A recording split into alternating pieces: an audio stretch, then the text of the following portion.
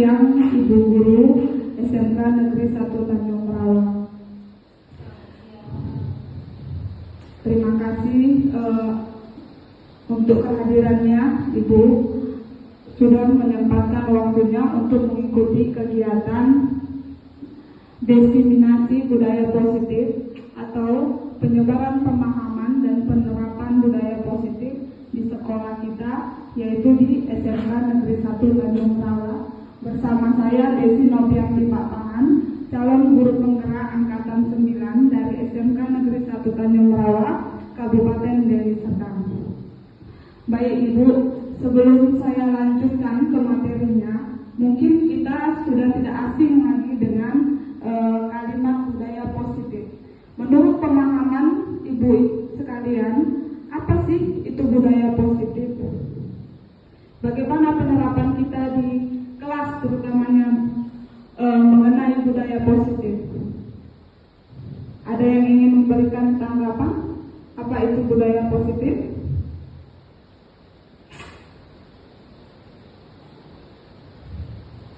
Oke, mungkin Ibu Guru sekalian, salah satu contoh penerapan yang kita lakukan mengenai budaya positif yaitu dengan membuat keyakinan kelas kepada murid untuk hadir tepat waktu, kemudian juga saling menghormati antara siswa dengan guru.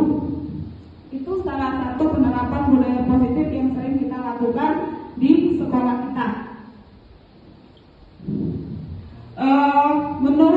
Menurut Ibu sekalian, apakah budaya positif ini penting untuk kita terapkan di sekolah kita? Ya, kenapa budaya positif ini penting untuk kita terapkan di sekolah kita?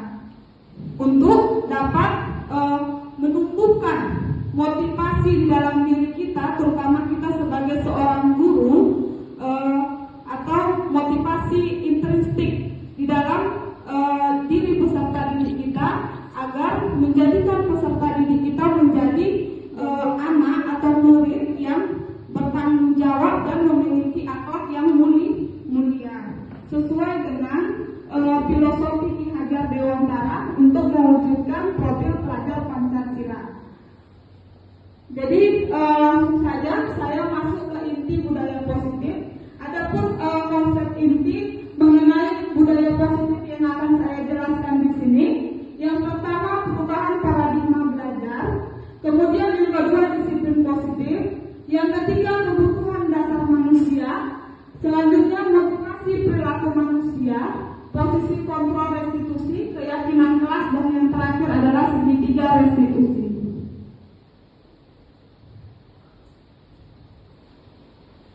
Baik Ibu sekalian, pembelajaran dengan paradigma baru.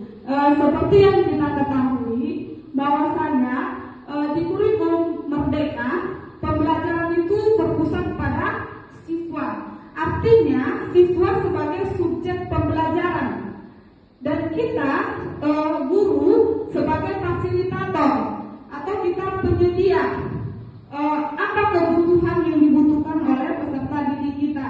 Dengan cara bagaimana? Dengan cara menyediakan pembelajaran yang berdiferensial sesuai dengan kebutuhan peserta didik kita untuk mewujudkan terwujudnya profil pelajar Pancasila di dalam diri murid kita, yaitu ada 6 nilai yang kita harapkan terbentuk di dalam diri peserta didik kita. Yang pertama itu beriman, bertakwa kepada Tuhan Yang Maha Esa dan berakhlak mulia.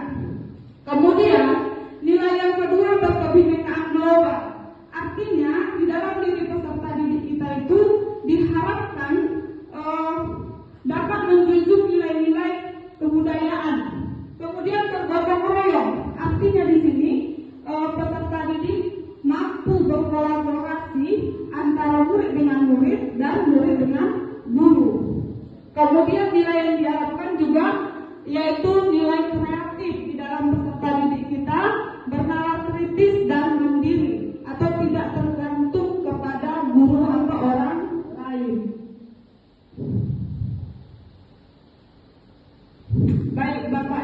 baik ibu guru sekalian, miskonsepsi atau salah pahaman kita mengenai teori kontrol kita sebagai seorang guru. Ini mungkin sering kita lakukan terhadap murid-murid kita. Yang pertama, kesalahan atau ilusi guru mengontrol murid. Kita berpendapat atau selama ini melakukan kontrol kepada murid untuk melakukan sesuatu yang sebenarnya mereka tidak inginkan atau mereka tidak mau melakukannya. Karena apa? Karena sebenarnya yang dapat mengontrol atau yang dapat mengendalikan diri murid itu adalah dirinya sendiri, motivasi yang ada di dalam dirinya. Kemudian kesalahan kedua yang sering kita lakukan yaitu ilusi bahwa semua pengawasan positif, efektif, dan bermanfaat. Maksudnya bagaimana, ibu sekalian? Maksudnya di sini kita sering melakukan penguatan positif, efektif, dan bermanfaat ini seperti bujukan atau nasihat-nasihat yang mendalam kita berikan kepada murid kita. Ternyata ini juga salah, Bapak Ibu. Kenapa salah? Karena menjadikan murid kita menjadi ketergantungan kepada kita, menjadi tidak mandiri, tidak dapat memecahkan masalahnya sendiri. Kemudian kesalahan yang ketiga yang kita lakukan sebagai guru yaitu ilusi bahwa kritik dan membuat rasa bersalah mampu menguatkan karakter. Maksudnya di sini bersalah, kita merasa bahwa kita sudah menguatkan karakternya. Ternyata salah, Bapak Ibu. Ini bisa membuat anak menjadi tidak percaya diri dan dia menjadi identitas yang gagal, gitu. Beranggapan bahwa dirinya itu adalah identitas yang gagal. Kemudian ilusi bahwa orang dewasa berhak memaksa. Ini juga salah ya, Ibu guru ya sekalian. Di mana seperti yang kita ketahui, setiap orang itu berhak memilih apa yang dia inginkan. Peran kita sebagai seorang guru adalah menuntun murid-murid kita untuk menemukan apa potensi dan minat yang dia miliki. Baik, dari teori kontrol tadi, sehingga kita harus mengubah paradigma stimulus respon ke pendekatan itu memiliki kebutuhan yang berbeda. Kemudian semua orang melihat hal yang sama. Ini salah ya Bapak Ibu. Kita harus ubah ke teori kontrol, yaitu setiap orang memiliki gambaran yang berbeda. Artinya gambaran di sini memiliki tujuan yang berbeda, tujuan atau harapan yang berbeda. Kemudian kita mencoba mengubah orang agar berpandangan sama dengan kita. Ini salah Bapak Ibu. Kita harus ubah menjadi kita berusaha memahami pandangan orang lain mengenai dunia. Jadi diri kita adalah kita sendiri. Begitu juga kepada peserta didik kita. Kemudian saya bisa mengontrol orang lain. Ini salah ya Bapak Ibu. Yang harus kita lakukan adalah Anda tidak dapat mengontrol orang lain. Kembali lagi ke motivasi intrinsik atau motivasi di dalam diri. Kemudian pemaksaan pada saat bujukan gagal. Ini juga salah ya Ibu. Yang harus kita lakukan adalah kolaborasi dan konsensus menciptakan pilihan-pilihan baru. Artinya, jika ada murid kita yang melakukan perilaku yang tidak baik, untuk perilakunya yang menyimpang. Kemudian model berpikir menang kalah. Ini salah ya Bapak Ibu ya. Kita harus sudah menjadi model berpikir menang.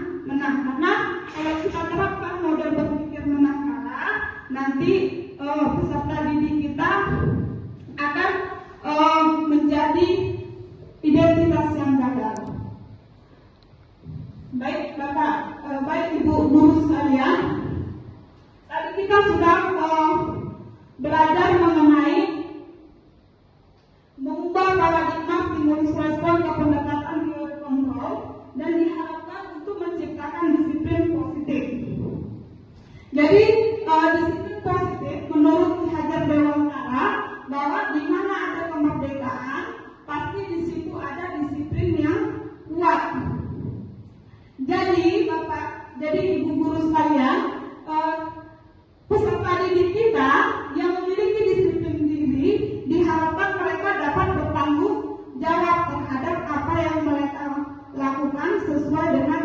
nilai-nilai kebajikan universal.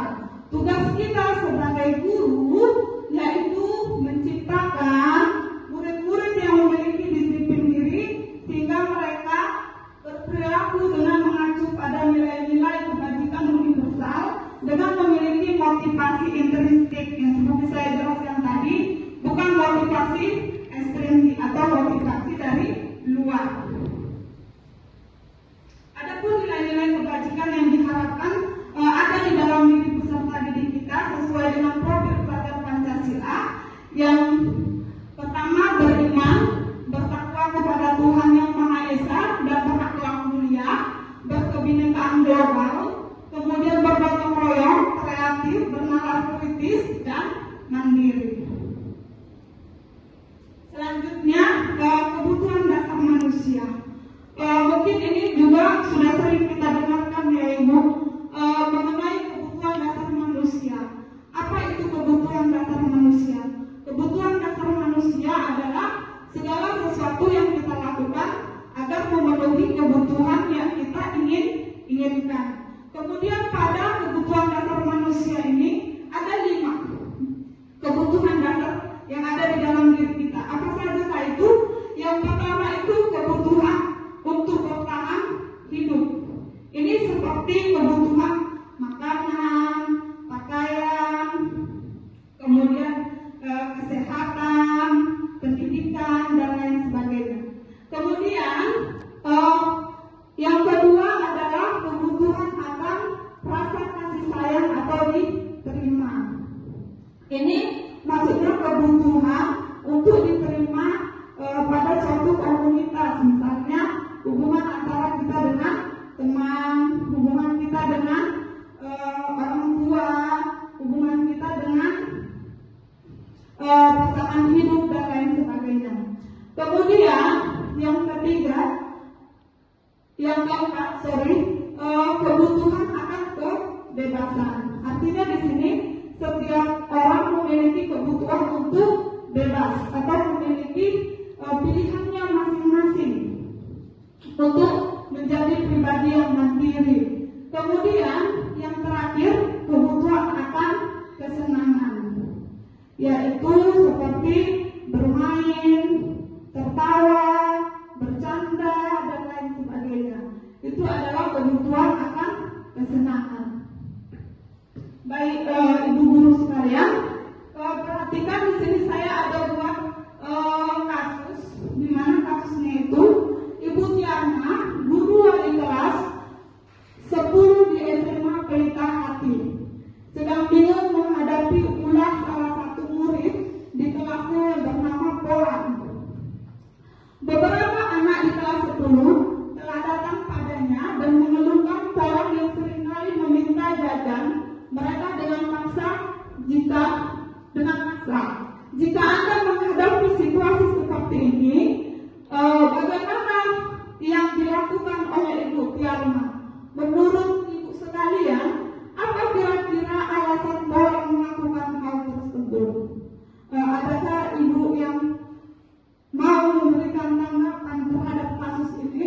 Kira-kira kebutuhan apa sih yang diperlukan oleh si Polan dari kasus ini? Coba sampaikan Bu.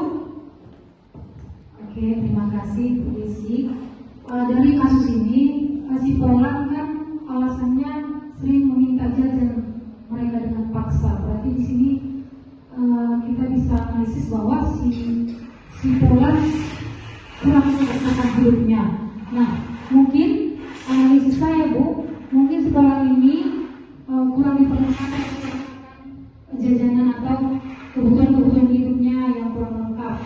Jadi di sini kebutuhan dasar yang diinginkan si Polan itu adalah kebutuhan untuk bertahan hidup. Terima kasih. Kontrol ini sudah kita terapkan di kelas. Menurut Ibu sekalian, dari 5 posisi kontrol yang ada di sini yang saya tampilkan, yaitu penghukum, pembuat rasa bersalah, sebagai teman, sebagai pemantau, dan sebagai manajer. Menurut Ibu guru sekalian, Ibu berada di posisi kontrol yang mana yang sering Ibu lakukan? Ayo coba Ibu Betty.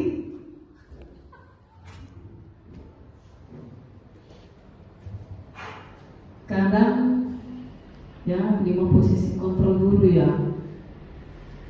Kadang sebagai pemantau, kadang sebagai teman, kadang sebagai penghukum juga. Baik, terima kasih Bu. Saya tanya kepada Ibu Yanti, kira-kira Ibu berada di posisi yang mana?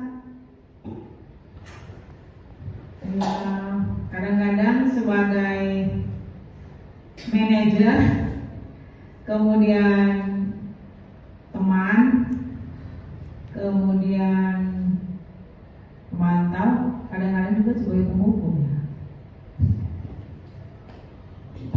Baik, terima kasih kepada Ibu guru sekalian.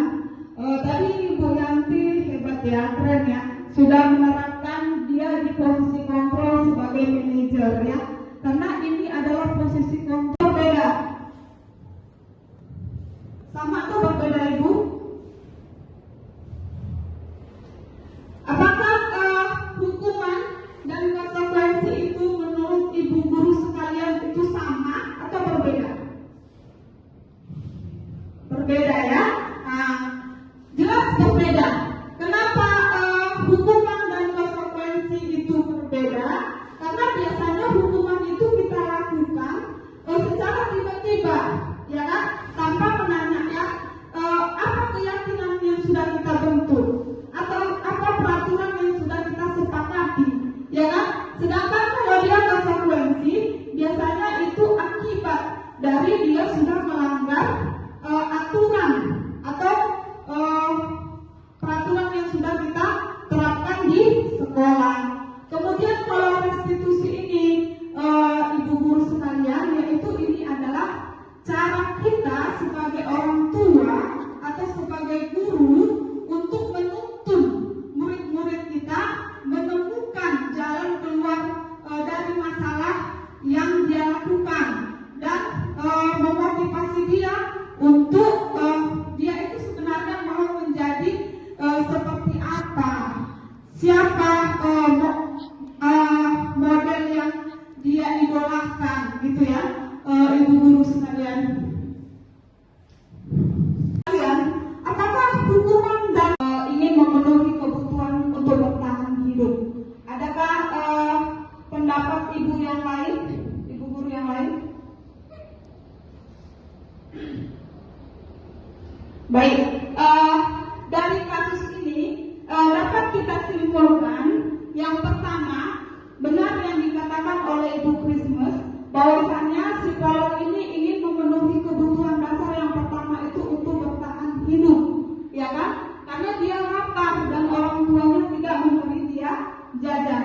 Kemudian kebutuhan dasar yang ingin dipenuhi oleh psikolog ini juga yaitu kasih sayang dan rasa diterima.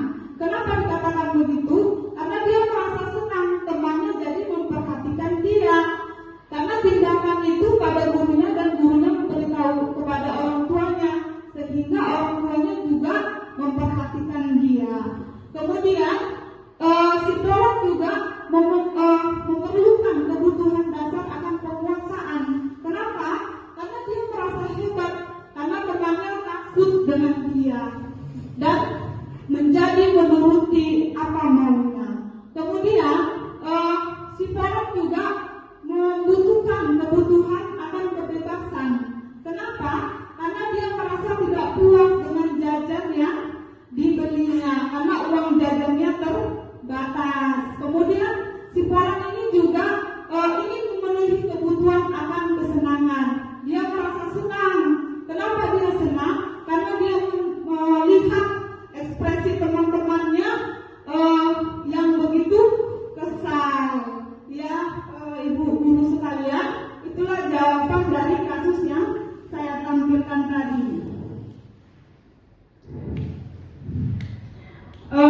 Baik, selanjutnya motivasi perilaku manusia. Ada dua faktor yang mempengaruhi motivasi perilaku manusia. Yang pertama itu karena faktor dari dalam dirinya sendiri atau dorongan dari dalam dirinya sendiri, atau bisa kita katakan sebagai faktor intrinsik. Kemudian yang kedua ada faktor ekstrinsik atau faktor atau dorongan dari luar. Apa saja itu faktor ekstrinsik atau faktor dorongan dari luar? Biasanya ibu guru sekalian, murid-murid kita melakukan atau mengerjakan PR atau tugas yang kita berikan untuk menghindari ketidaknyamanan atau menghindari hukuman yang akan kita berikan kepada murid-murid kita. Kemudian faktor ekstrinsik yang kedua yaitu untuk mendapatkan imbalan atau penghargaan dari ibu gurunya. Kemudian yang ketiga, ini yang sangat penting ibu guru sekalian ya, faktor intrinsik. Jadi yang kita harapkan yang ada di dalam diri anak murid kita itu adalah faktor intrinsik atau faktor dari dalam dirinya sendiri, bahwasanya dia ingin menjadi orang yang dia inginkan dan menghargai nilai-nilai diri sendiri dan dengan mempercayai nilai-nilai kebaikan. Itu ya mengenai motivasi perilaku manusia. Kemudian berkaitan dengan motivasi perilaku, apakah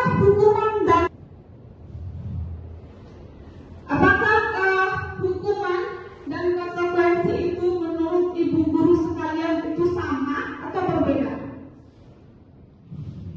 Berbeda ya. Jelas berbeda. Kenapa hukuman dan konsekuensi itu berbeda? Karena biasanya hukuman itu kita lakukan secara tiba-tiba, ya kan? Tanpa menanyakan apa keyakinan yang sudah kita bentuk atau apa peraturan yang sudah kita sepakati, ya kan? Sedangkan kalau dia konsekuensi, biasanya itu akibat dari dia sudah melanggar aturan atau peraturan yang sudah kita terapkan di sekolah. Kemudian kalau restitusi ini ibu guru sekalian, yaitu ini adalah cara kita sebagai orang tua atau sebagai guru untuk menuntun murid-murid kita menemukan jalan keluar dari masalah yang dia lakukan dan memotivasi dia untuk dia itu sebenarnya mau menjadi seperti apa, siapa model yang dia idolakan, gitu ya ibu guru sekalian. Ini sudah kita terapkan di kelas. Menurut ibu sekalian, dari 5 posisi kontrol yang ada di sini yang saya tampilkan, yaitu penghukum, pembuat rasa bersalah, sebagai teman, sebagai pemantau, dan sebagai manajer. Menurut ibu guru sekalian, ibu berada di posisi kontrol yang mana yang sering ibu lakukan? Ayo coba ibu Teti.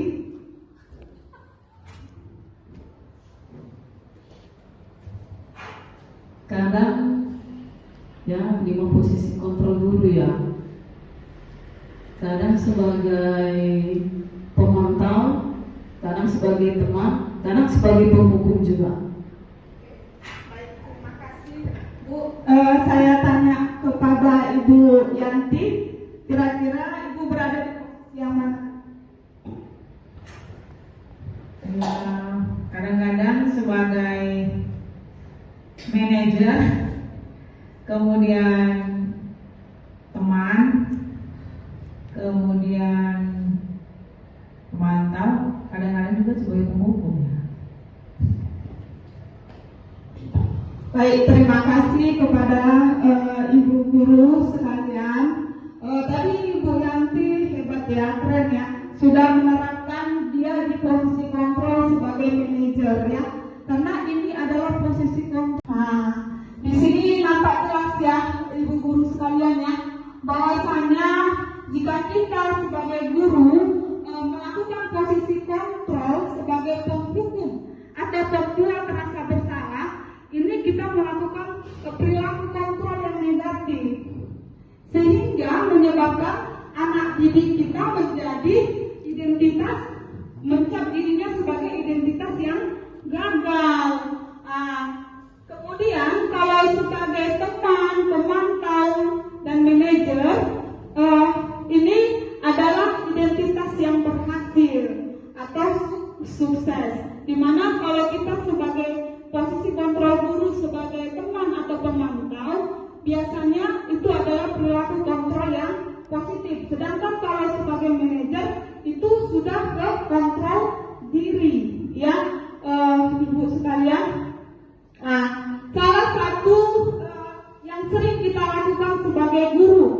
misalnya kita sebagai pembutuh biasanya kita bagaimana menghardi gitu kan, mengancam ya kan, itu adalah contoh posisi kontrol penghukum, dan ini jangan lagi kita terapkan ya ibu sekalian ya. Kemudian yang berikutnya, buat murid-murid dengan cara berceramah ya kan, menunjukkan kekecewaan kepada murid sehingga murid menjadi merasa bersalah. Kemudian posisi kontrol sebagai teman, kemudian pemantau, menghitung dan mengukur, manajer mengajukan pertanyaan-pertanyaan. Nah, contohnya ibu guru sekalian, yang sering kita katakan, misalnya kita sebagai penghukum, kamu kalau tidak mau melakukan ini, nanti bagaimana biasanya ibu sekalian? Akan ibu hukum, ya kan? Nah, itu contoh yang sering kita bilang kepada peserta didik kita. Kemudian sebagai pembuat rasa bersalah, biasanya kita ini akan berkata, kamu telah mengecewakan ibu atau bapak. Nah, itu biasanya kata-kata sebagai pembuat rasa bersalah. Kemudian untuk sebagai teman, ayo anak, lakukanlah, nanti bapak bantu membereskan, atau bapak bantu kamu menyelesaikan. Ayolah, bantulah bapak supaya bapak nanti gak kena marah sama ibu kepala sekolah. Itu adalah salah satu yang sering kita katakan kepada murid kita kalau kita dalam posisi kontrol guru, yaitu teman. Kemudian kalau kita posisi kontrol guru sebagai pemantau, biasanya kita akan berkata, apa peraturannya, apa keyakinan kelas yang telah kita sepakati. Nah, itu contoh dari kalau kita kontrol guru sebagai pemantau. Sedangkan yang terakhir yaitu sebagai manajer. Biasanya yang kita lakukan, kita akan berkata apa yang kita yakini. Apakah kamu sudah melakukan kesepakatan yang telah kita yakini? Kalau kamu meyakininya, kamulah orang yang dapat memperbaikinya. Jadi kira-kira bagaimana caramu untuk memperbaiki atau memperbaiki hubunganmu dengan orang lain atau masalahmu gitu kan. Jadi kalau dia posisi kontrol sebagai manajer ini, ibu guru sekalian, nanti banyak pertanyaan-pertanyaan yang akan diberikan oleh guru sesuai dengan kesepakatan yang telah kita berikan di dalam kelas. Jadi hal negatif atau dampak dari kita sebagai kontrol guru menghukum anak menjadi pemberontak, membenci kita, dendam kepada kita sebagai seorang guru. Kemudian kalau kontrol kita sebagai pembuat rasa bersalah, maka dampaknya kepada anak-anak, dia akan menjadi sering berbohong, menyangkal perbuatannya, ya kan? Kemudian selanjutnya posisi kontrol kita sebagai teman, dampaknya kepada murid, dia menjadi ketergantungan kepada kita. Jadi sedikit-sedikit, Bu tolonglah saya, Bu bagaimana ini, gitu kan? Kemudian kalau misalnya posisi kita sebagai pemantau, ini dampaknya kepada anak-anak. Kalau kita awasi, dia akan melakukan tugasnya dengan baik atau mengerjakan yang kita perintahkan. Tapi kalau di luar dari pengawasan kita, dia kebalikannya, ya. Kemudian kalau misalnya dampak kepada murid kita, kita sebagai manajer, kita dapat menguatkan watak atau karakter peserta didik. Itulah kira-kira ibu guru sekalian mengenai 5 posisi kontrol guru. Baik, di sini ada 5 pertanyaan, ya kan? Yang pertama, Kira-kira menurut ibu guru sekalian, ini posisi kontrol guru yang bagaimana?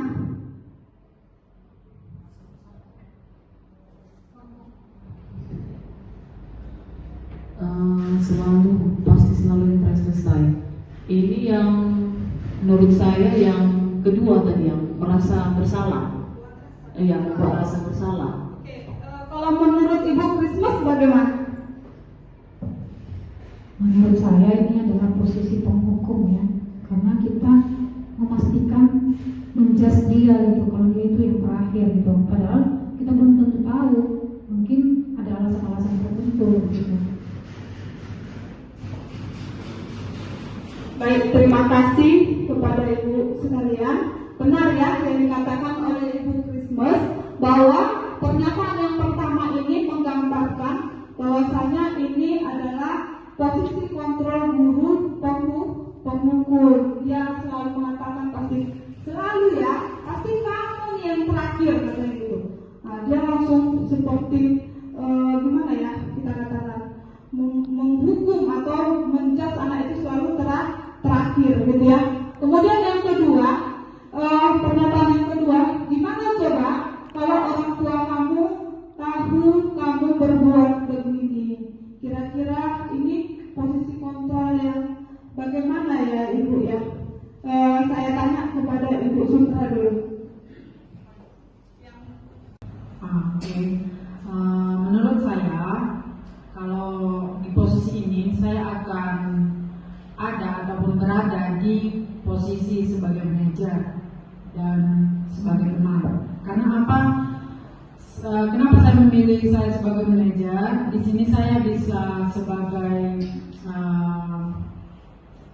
pengarah, dan kenapa saya memilih sebagai teman? Di saat dia melakukan kesalahan, saya akan berinteraksi ke dia sebagai teman agar dia pun lebih terbuka, memberitahu ke saya apa faktor yang mempengaruhi dia berbuat kesalahan itu. Begitu.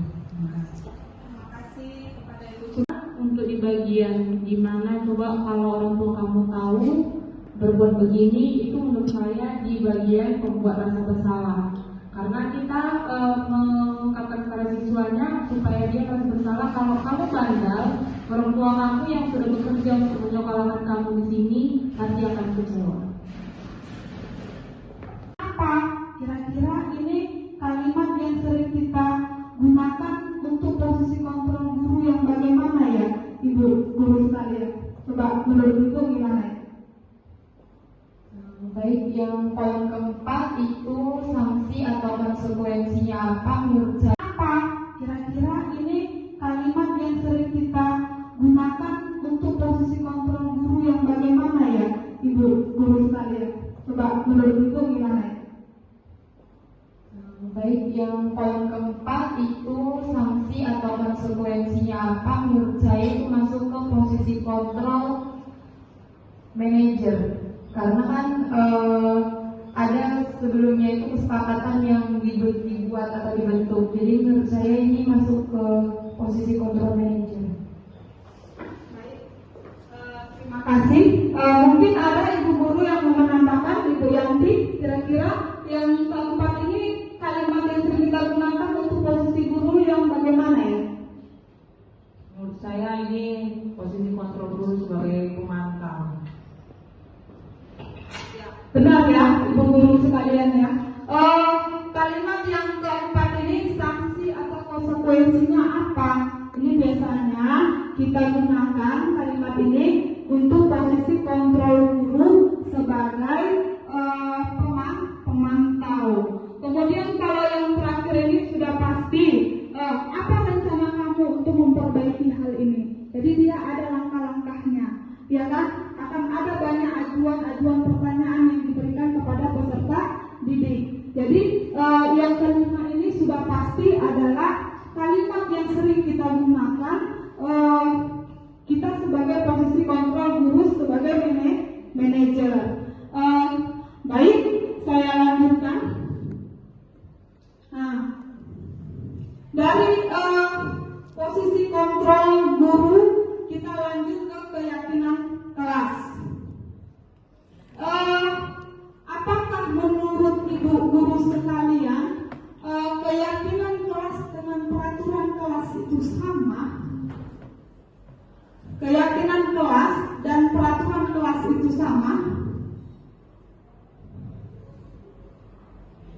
Mungkin Ibu Kristus mau menambahkan.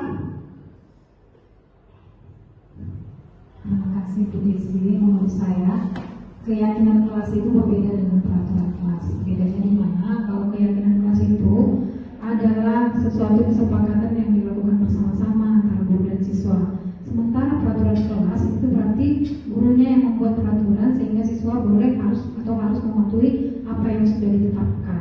Begitu kira-kira. Baik, benar sekali yang dikatakan oleh Ibu Kristus ya. Keyakinan kelas dan peraturan kelas itu berbeda. Kenapa? Karena kalau keyakinan kelas itu biasanya kita susun atau kita buat berdasarkan kesepakatan antara kita guru dengan murid. Sedangkan kalau peraturan kelas itu biasanya kita lakukan sepihak, ya kan, yang sesuai dengan keinginan guru. Sehingga di sini ada daftar peraturan. Nah, di sini kita harus mengubah kalimat-kalimat negatif menjadi kalimat positif. Mungkin selama ini kita membuat peraturan, ya kan? Contohnya, kembalikan barang ke tempatnya. Kita harus ubah kalimat negatif ini menjadi kalimat positif, seperti keyakinan kelas dengan menerapkan nilai-nilai kebajikan universal seperti bertanggung jawab. Kemudian yang kedua, peraturan atau kalimat negatif yang mungkin pernah kita lakukan, dilarang mengganggu orang lain. Kita harus ubah ini menjadi kalimat yang positif dengan membentuk keyakinan kelas, yaitu menggunakan nilai kebajikan saling menghormati. Jadi keyakinan kelasnya saling menghormati. Kemudian hadir di sekolah 15 menit sebelum pelajaran dimulai. Ini termasuk kalimat yang negatif. Ya Ibu guru sekalian ya, kita harus ubah. Kita ubah menjadi komitmen dan menghargai orang lain. Selanjutnya, dilarang menggunakan dengan kelas, yaitu menggunakan nilai kebajikan saling menghormati. Jadi keyakinan kelasnya saling menghormati. Kemudian hadir di sekolah 15 menit sebelum pelajaran dimulai. Ini termasuk kalimat yang negatif. Ya Ibu guru sekalian ya, kita harus ubah. Kita ubah menjadi komitmen dan menghargai orang lain. Selanjutnya, dilarang menggunakan kekerasan. Ini kalimat negatif. Kita harus ubah menjadi keamanan, saling menghormati. Kemudian kalimat negatif berikutnya, bergantian dan menunggu giliran. Ini harus kita ubah.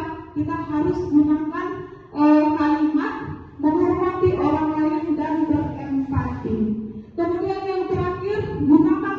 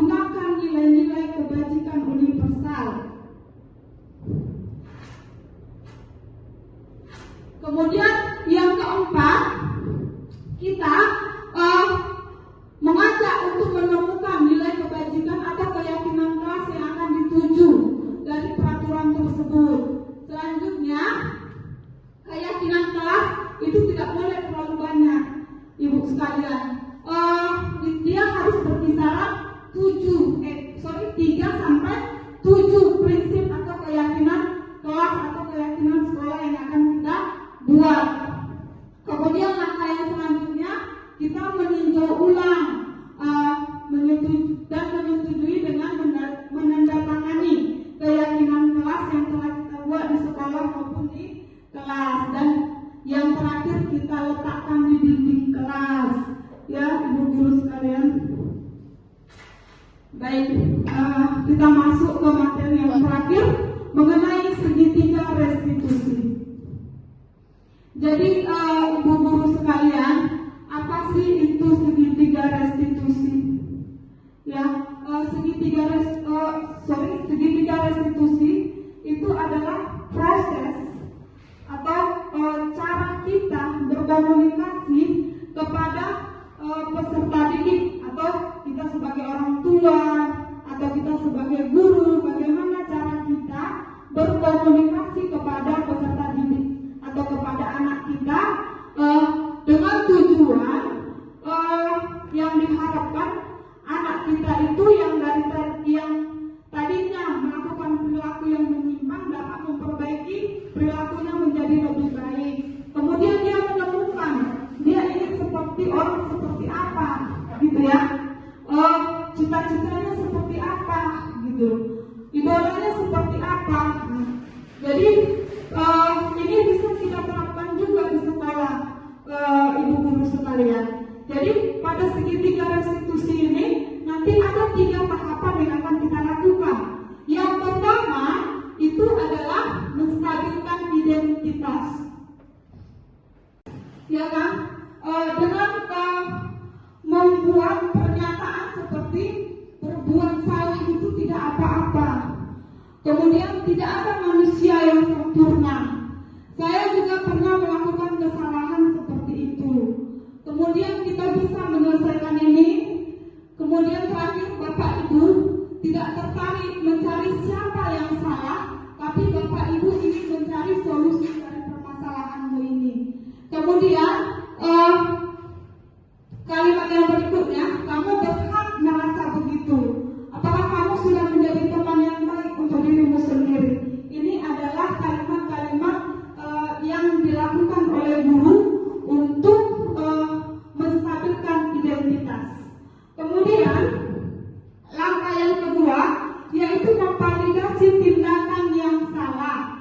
Karena apa? Karena setiap perilaku yang menyimpang yang dilakukan oleh peserta didik kita pasti memiliki alasan. Jadi di sini biasanya kalimat yang sering digunakan oleh guru untuk melakukan tahapan ini seperti, padahal kamu bisa melakukan yang lebih buruk dari ini ya.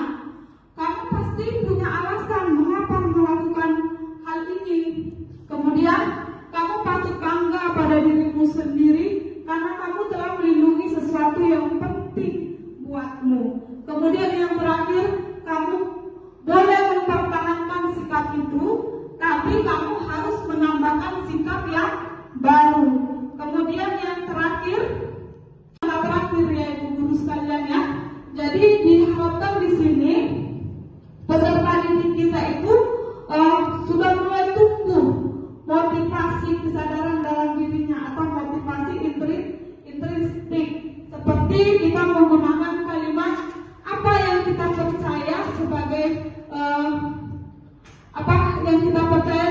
kelas atau keluarga, kemudian apa nilai-nilai umum yang telah kita sepakati, apa bayangan kita tentang kelas yang ideal, kemudian kamu mau jadi orang yang seperti apa, dan terakhir apakah kamu ingin menjadi orang yang sukses, bertanggung jawab dan dapat dipercaya.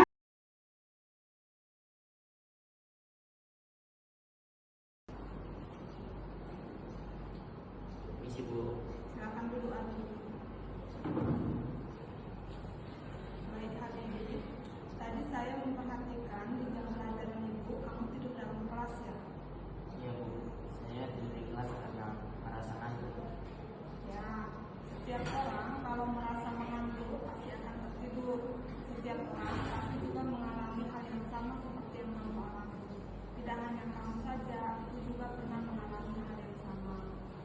Ya Bu, saya minta maaf dan jadi tidak pernah mengulanginya lagi. Ya, tidak apa-apa. Mari kita cari solusi bersama untuk membantu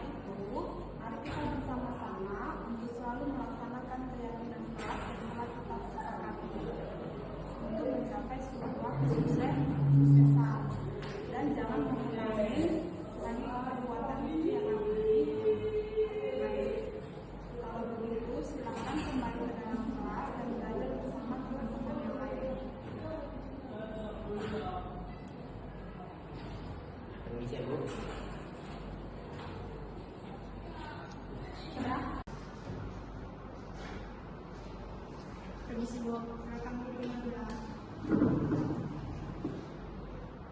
Nabila, tadi Ibu perhatikan ketika ulangan harian berlangsung, kamu mencontek dengan membuka handphone ya?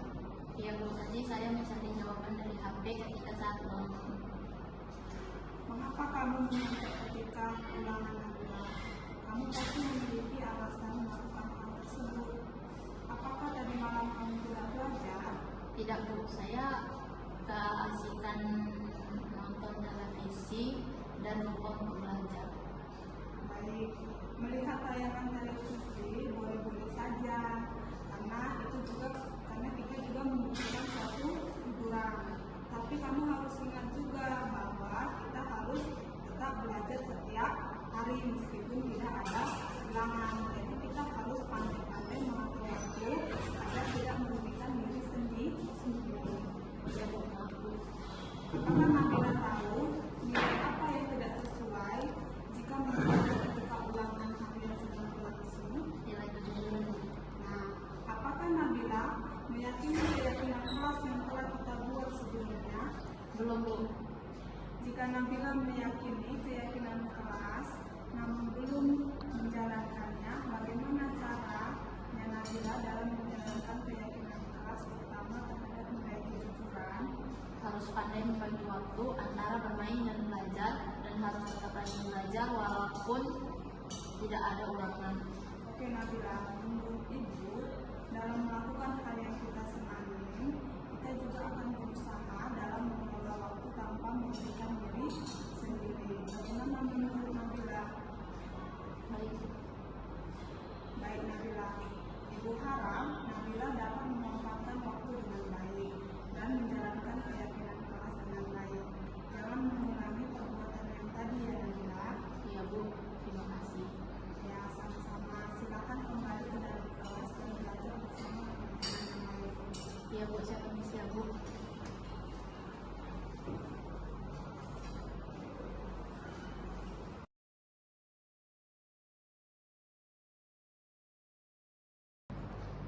Tanggapan saya pada kasus saya kali ini adalah saya akan lebih pintar lagi dalam mengelola waktu antara belajar dan bermain, serta saya akan lebih giat lagi belajar dan menanamkan nilai-nilai kejujuran dalam belajar dan ujian.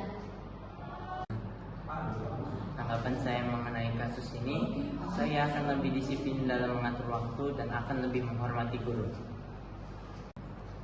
Tanggapan saya pada kasus saya kali ini adalah saya akan lebih pintar lagi dalam mengelola waktu antara belajar dan bermain, serta saya akan lebih giat lagi belajar dan menanamkan nilai-nilai kejujuran dalam belajar dan ujian.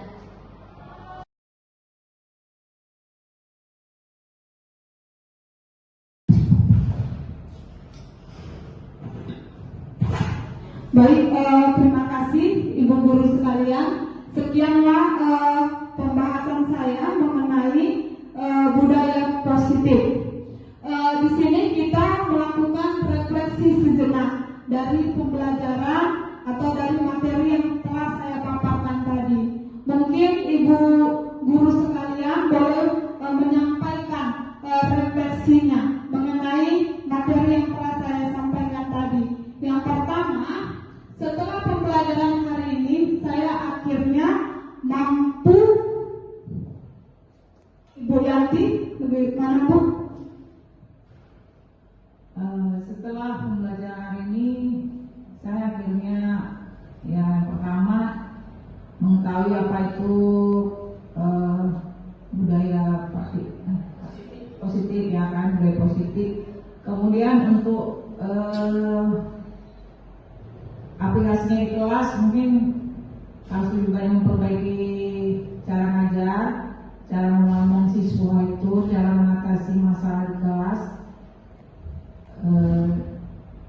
supaya menjadi guru sebagai kontrol manajer ya, supaya tidak lagi menjadi sebagai guru sebagai kontrol penghukum.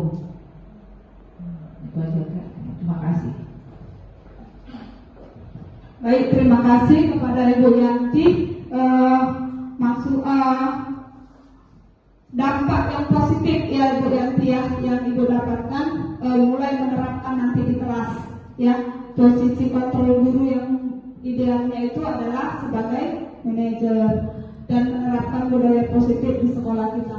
Kemudian untuk pernyataan yang kedua, perasaan saya setelah melakukan pembelajaran hari ini, bagaimana kalau menurut Ibu Pani?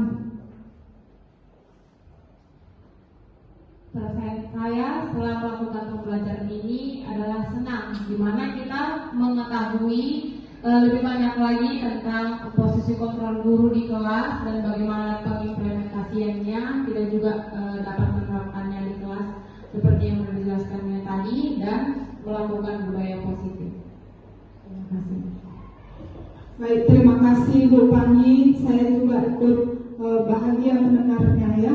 Kemudian yang ketiga, setelah melakukan pembelajaran hari ini, target saya berikutnya adalah mungkin Ibu Christmas boleh memberikan tanggapan. Terima kasih Bu Desi, dari paparan yang dijelaskan sangat bermanfaat ya. Budaya positif itu menjadi budaya yang konsisten dilakukan seharusnya oleh setiap keluarga sekolah.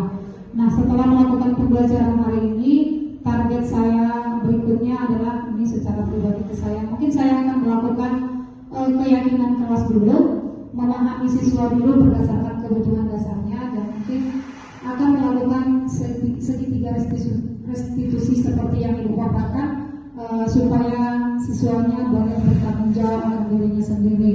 Itu mungkin saja target saya untuk saat ini, membiasakan yang baik. Terima kasih Bu Desi. Terima kasih kepada Ibu Christmas ya.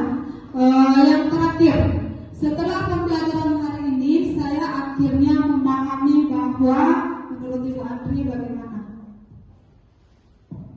Baik, terima kasih.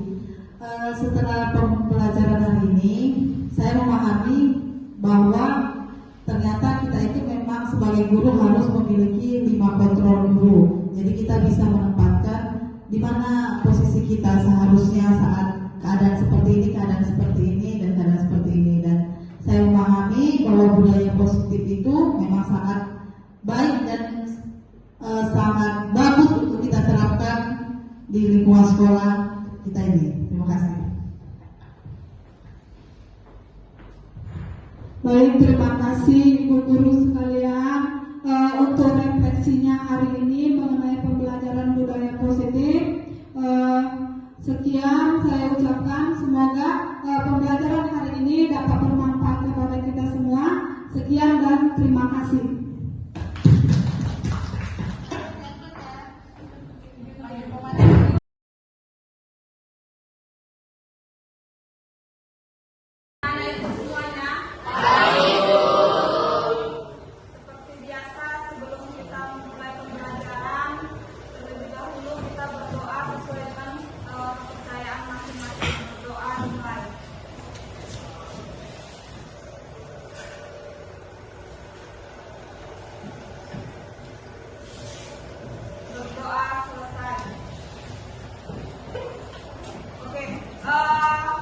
Sebelum Ibu memulai pembelajaran hari ini, Ibu ingin kita membuat keyakinan kelas terlebih dahulu.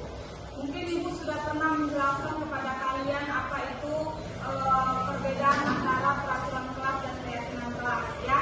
Jadi pada kesempatan kali ini Ibu akan menanyakan kepada kalian ini mau membentuk kelas yang seperti apa, kelas yang bagaimana yang kalian impikan ya. Jadi nanti satu-satu Ibu akan bertanya pendapat kalian melalui spinok yang akan Ibu berikan kepada kalian. Nanti di sini kalian tuliskan ya, dan hasil dari yang kalian tuliskan kita tempelkan di papan tulis dan kita pilih, nanti kita diskusikan, kita pilih paling banyak itu 7. Itu sudah maksimal ya nak ya.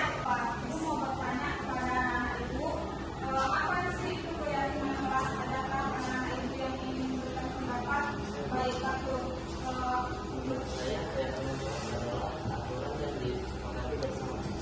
menurut sepatu keyakinan kelas adalah aturan yang telah disepakati bersama.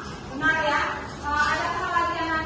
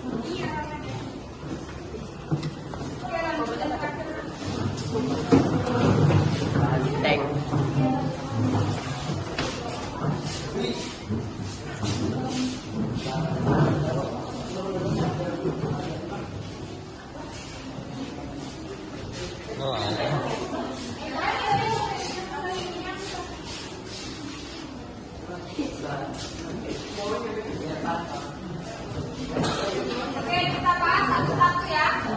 Kesepakatan kita tadi di awal kita ambil 7 nanti ya. Mana yang kita sepakati 7 keyakinan kelas yang mau kita bentuk di kelas ya.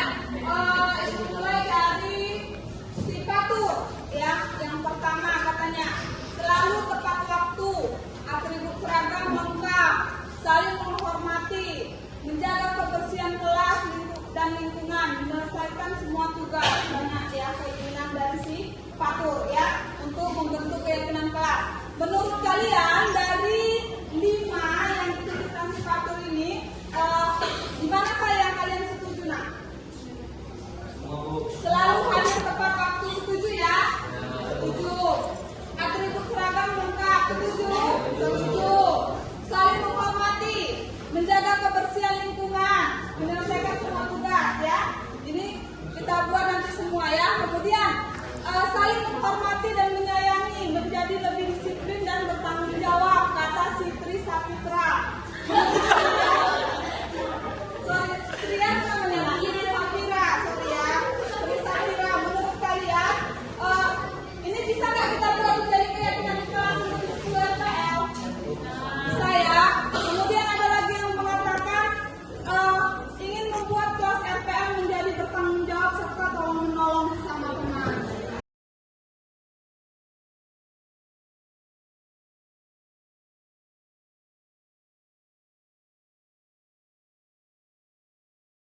Menurut saya merasa senang karena keyakinan kelas dibuat dari hasil diskusi bersama. Menurut pendapat saya merasa senang dikarenakan keyakinan kelas dibuat berdasarkan keinginan murid tanpa paksaan dari guru.